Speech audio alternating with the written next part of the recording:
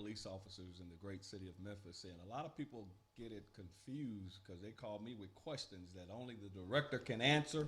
So I am so glad that he is in the studio tonight. And first of all, we want to say congratulations. Thank you so much. Congratulations to you for being selected as the interim. And hopefully,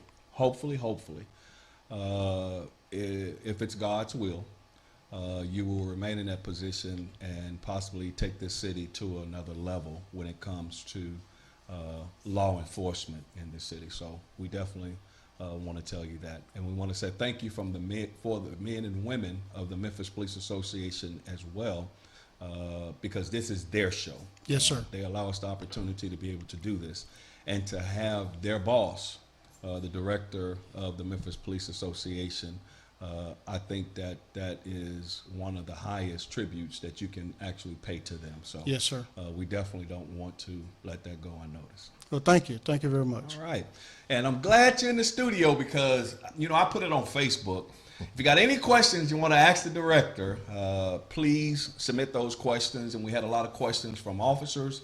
We had a lot of questions from citizens, because this is one of their opportunities to get to know who the new director is. So we're going to go right into it, if that's okay, because I want to get to some questions, and then we also want to open up the phone lines so that individuals can call in. So please stay tuned, plug in, listen.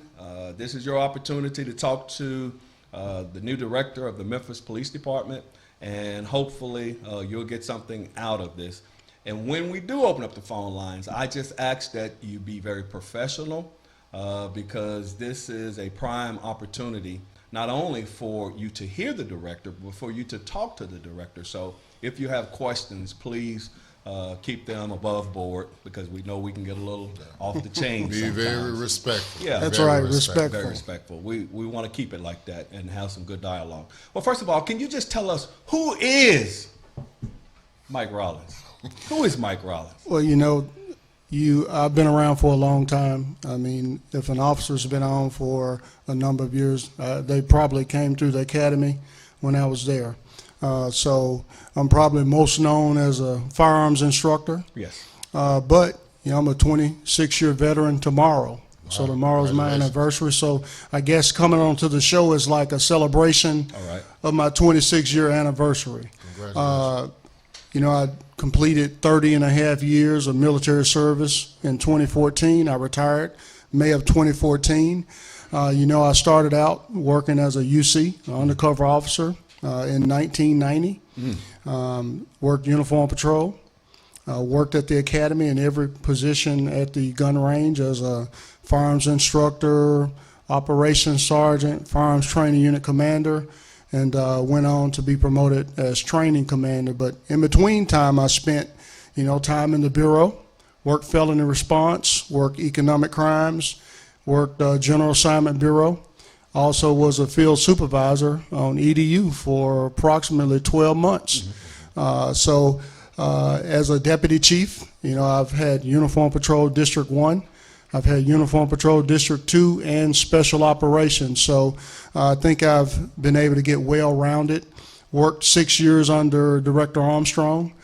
So you know that we've had some of the most challenging times here in the last 5 to 6 years. So again, I feel blessed that I was able to, spend that close time with him and deal with some of those challenges we had. A lot of people don't know and realize, and I have to tell them this, you were actually on the command staff before Director Armstrong. Is that correct? Okay, I don't know where you're going with that.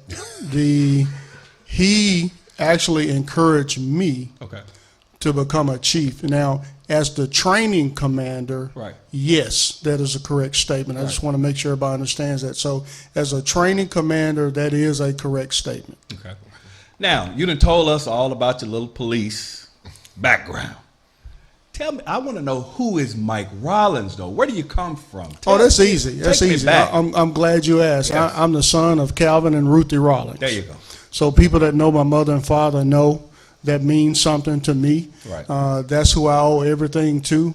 I'm a God-fearing man. I wouldn't be here without God allowing me to have an opportunity to serve. So I try to focus every day on humbling myself, on serving the officers. Officers I used to go around and shake officers' hands and hug them at the gun range, and they say, "Man, are you politicking?" I said, "No, I love you. I want to make sure this is not the last time I see you. I would be remiss if I didn't come around and greet you and embrace you, remind you how important the job that you're doing is and the importance of you being safe. Not only you being safe, that you use force in a judicious manner, because you have a dual responsibility. You have a dual responsibility to keep you and officers safe, but you have a responsibility to use force in compliance with the law, in compliance with the rules and regulations of the Memphis Police Department, because the citizens expect that from us." Right. So, that's me in a nutshell. I'm a trainer. Right. I'm a trainer at heart. That's what I love to do. But I'm a Memphian, lifelong Memphian. That's what I wanted to know. Outside of the 4 years I was active duty, Right. I graduated from Wooddale High School. But before that, I went to Sherwood. Went to West Haven Elementary in the heart of Whitehaven. So grew up on Tully Street with my grandmother in the heart of North Memphis. Yes. So I've got to have a kind of well-rounded experience of seeing, the best of what Memphis has to offer across culture. Right. That's what I really wanted to know. I wanted to take it out of the police perspective, because I think a lot of times citizens don't realize that we're from here. A lot of us, like you say, you Tuttley. See, I ran up 1013 Tully. I ran up and down Tuttley so much. It was pitiful. Scutterfield. And that's what Thaddeus and I talk about a lot of times, coming out of North Memphis, coming out of Scutterfield. He wasn't an original North Memphian. He was allowed to come out there because of his grandmother. Hey, if my father, my uncle, my auntie beat those grounds, and that's why I laid my head. So, I will not let anybody take that from me. There you go. I remember walking to the corner store to get cookies and pickles and chips like everybody else. That's what I'm talking about. That's what it's about. Right. I remember when the police would show up and we'd go in the house. That's right. right. And That's right. that was our reaction with law enforcement. And tell you a funny story, when I was probably 5 years old, I was on Jackson, on Jackson Avenue, sticking firecrackers in the end of a cap gun, and it would give the appearance that I was shooting at the cars, and the police showed up, and I hid behind my aunt, they negotiated, I guess, my release. I didn't go to jail, but again, it shows how childish actions could have catastrophic consequences had not adults intervened and kind of got me on the right track. So you learn from those experiences, but you can see how young people get into things that are way over their head, but we need adults to intervene. Exactly. We need adults to look out for those young people. What are, I understand that you're the interim director, but if you had your druthers and you were given the opportunity, we have a lot going on in this city right now, and it's crucial times. What would be your first, second, and third priorities as director, and how do you plan to implement them? Okay, druthers is a big word. I'm impressed with that. Yeah. I don't know necessarily what that means. I'm just going to keep it in the context of what you said. So if I had my druthers, I would close my eye, wave my magic wand, and 400 good men and women would suddenly appear on the street. There you go. If I had my druthers, I would wave my magic wand and benefits would be restored. Bam. However, I realize that they are, that's not my lane is to be an advocate. And like I've said, day one, I'm an advocate for the men and women of MPD. That's what I'm here for, because we have a awesome responsibility of public safety in a tough town. So I admire that anybody has raised their right hand to take that challenge. So first, second, and third, think about it. Day one, when I was named interim, we were minus staff. So on day one, when I took office, we promoted an interim director, a deputy director, 3 deputy chiefs, and 3 colonels. Never, probably outside of the yellow fever epidemic where most of the city left, I think in 1873, have you ever had that type of attrition in the command staff? So the first priority was to stabilize the ship. And some of you are well aware that Chief Knight and Chief Harvey are out the door. Chief Knight probably has 30 days. So we're talking about the 4th chief and another chief right after that. So almost an entirely brand new staff, which at a critical juncture in the history of MPD. The other thing was to talk to the officers. So actually, day one, 7 o'clock in the morning, I wanted to be able to reach out through our ability to, I guess, do teleconferencing and talk to the men and women of MPD. I wish they could have talked back, but, all those, we were in probably 13 different stations, 13 different roll calls, and I wanted to remind those officers, one is, hey, I appreciate you. Thank you for what you do. Because without you, we would all be in trouble. The other was to remind officers of our responsibility. Me and you are service members. We follow orders. We know that we don't always have to like the order, but it's our job to carry that order out. Law enforcement is paramilitary organization. So I want our officers to know that are out there listening to the program, you are important. We need you. I have to have you do the job that we're paying you to do, because I hadn't missed a single paycheck since I've been on the job. Not as a UC, not as a patrol officer, not as a sergeant, never missed a single paycheck. But I came to work every single day and tried to do my part. And that's all I'm asking officers to do. Do the job that we're paying you to do. I don't need you to save the city. I need you to save your ward or patrol your ward. And at least every single day we should be touching 10 people. Stopping and touching 10 kids, talking to them.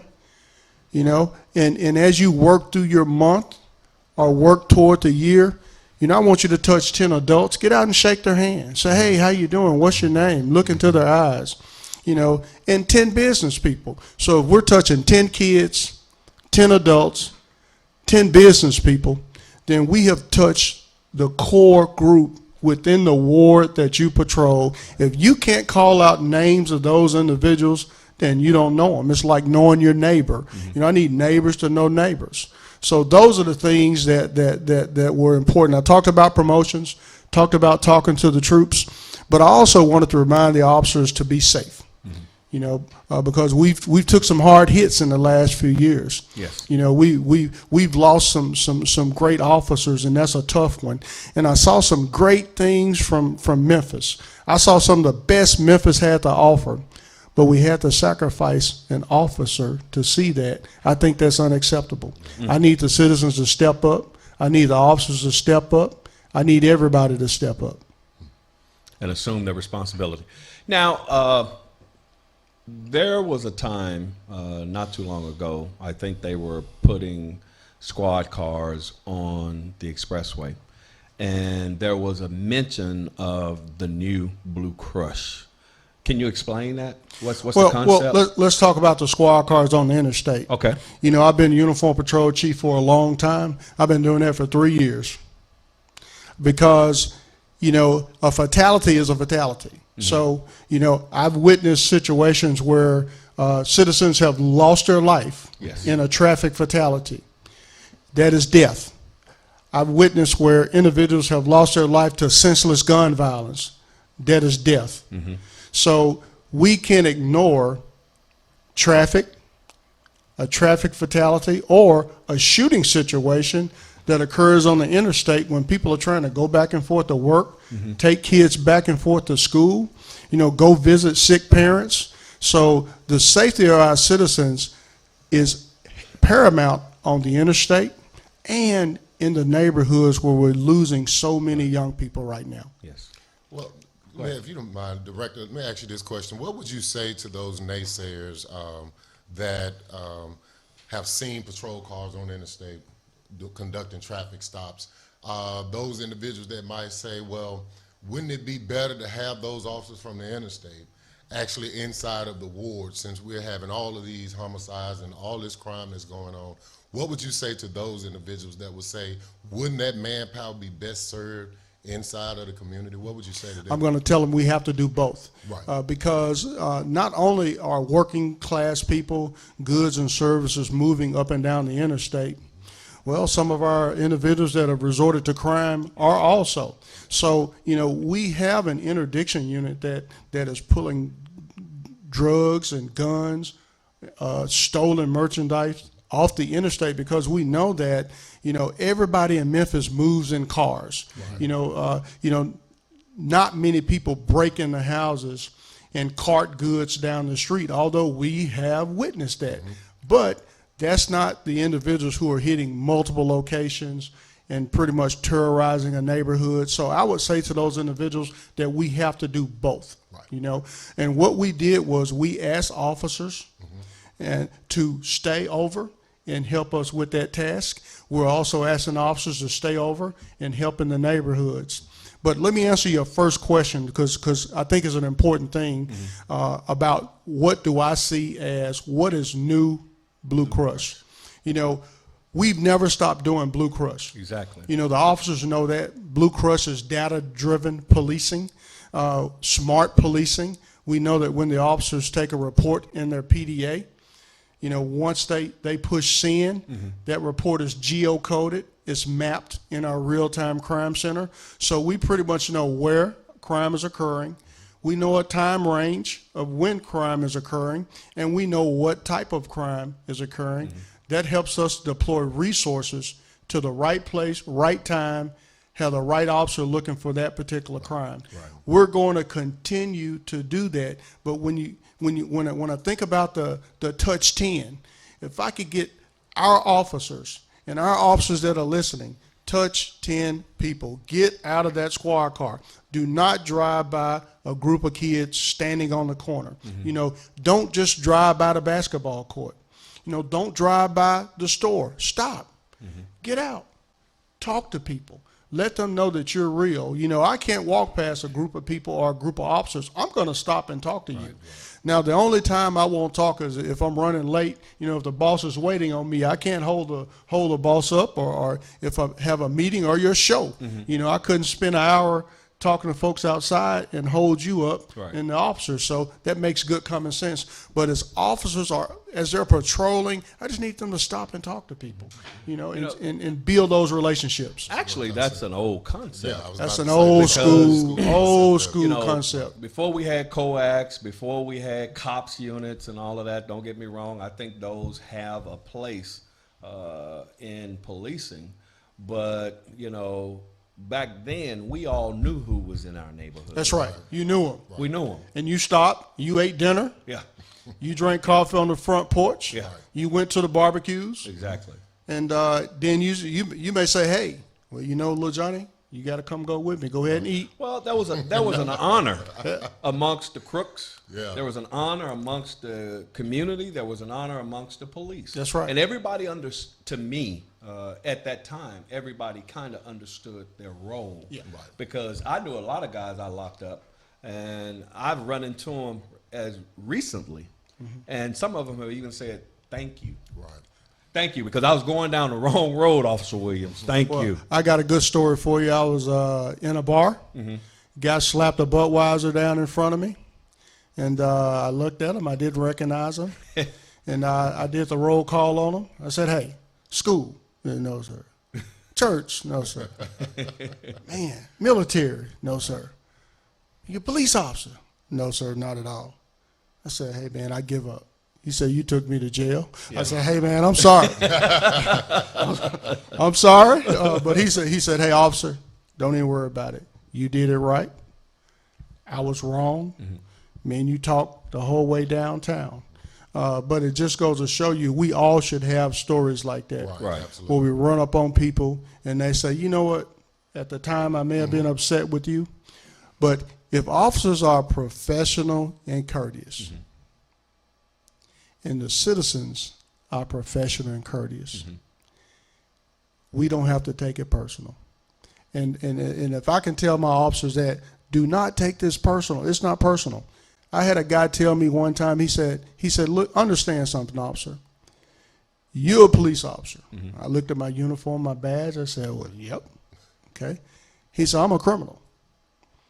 He said, it's not my job to make your job easy. Right. You shouldn't take it personal if I run from you, if we have to tussle a little bit, because without me, you wouldn't have a job. Absolutely. And I looked back in the rearview mirror. You know how we had those conversations. Yeah, You're looking yeah. in the rearview mirror, and I turned around. I said, brother, I'm sorry. You are absolutely right. I should not take it personal. And that taught me a valuable lesson that I carried throughout my entire career, that I can't take it personal because that's not the job I signed up for. Right. I know you're the interim once again, but we're definitely having problems recruiting and retaining officers. Yes, Just sir. like you talked about the command staff that's rolling out the door. Over the last couple of years, we've lost in excess of 400 officers. Yes, sir. Once again, your druthers. How do you plan on recruiting and retaining quality officers? See, we don't just need officers, don't need just because we bodies. just sit here and talked about all of the qualities that the officers need. We need officers that are going to be courteous, that are going to be professional. You know, and I always try to explain to people the job of an officer. You have to be a counselor, you have to be a surrogate parent, you have to be a paramedic, you have to be a lawyer, you play so many roles as an officer. So you need an individual that has the ability to think on their feet, to make prudent decisions in a timely manner. So what would be your plan to recruit and retain quality officers? All right, let's talk about this. First of all, retention is paramount. Yes. Okay. And I want to bang on the table, but I don't want your mics to fall off. It is the most important thing. So I'm going to ask you to stay. Okay? Stay. Make sure the grass is greener before you leave. I just want the officers to make an educated decision. Give the new administration a chance, because I think there's a new day. Okay. I think that we can all enter into a situation and see it a particular way, but a few months after, it may appear different. We see there's a critical need for law enforcement in Memphis, Tennessee. I don't think there's anybody that would disagree. Right. And go ahead. The other issue is our new human resources chief, I think, is on the ball. We had 3 meetings, or she hosted 3 meetings. One was a few hours ago around the corner at Tillman Station. I challenged her to get out. Don't just hear it from me. Go talk to the men and women of MPD. Right. They can bring their family members in there. Hear what is important to them, because, officers say, well, now director, but, I'm more chief than director. So, chief, easy for you to say. You're a chief. You're retired military. I say, you are absolutely right. So I can't tell you what's important for you. Exactly. Okay? I can give you advice, because at one time I was a patrol officer, so I can tell you that there are good benefits. We have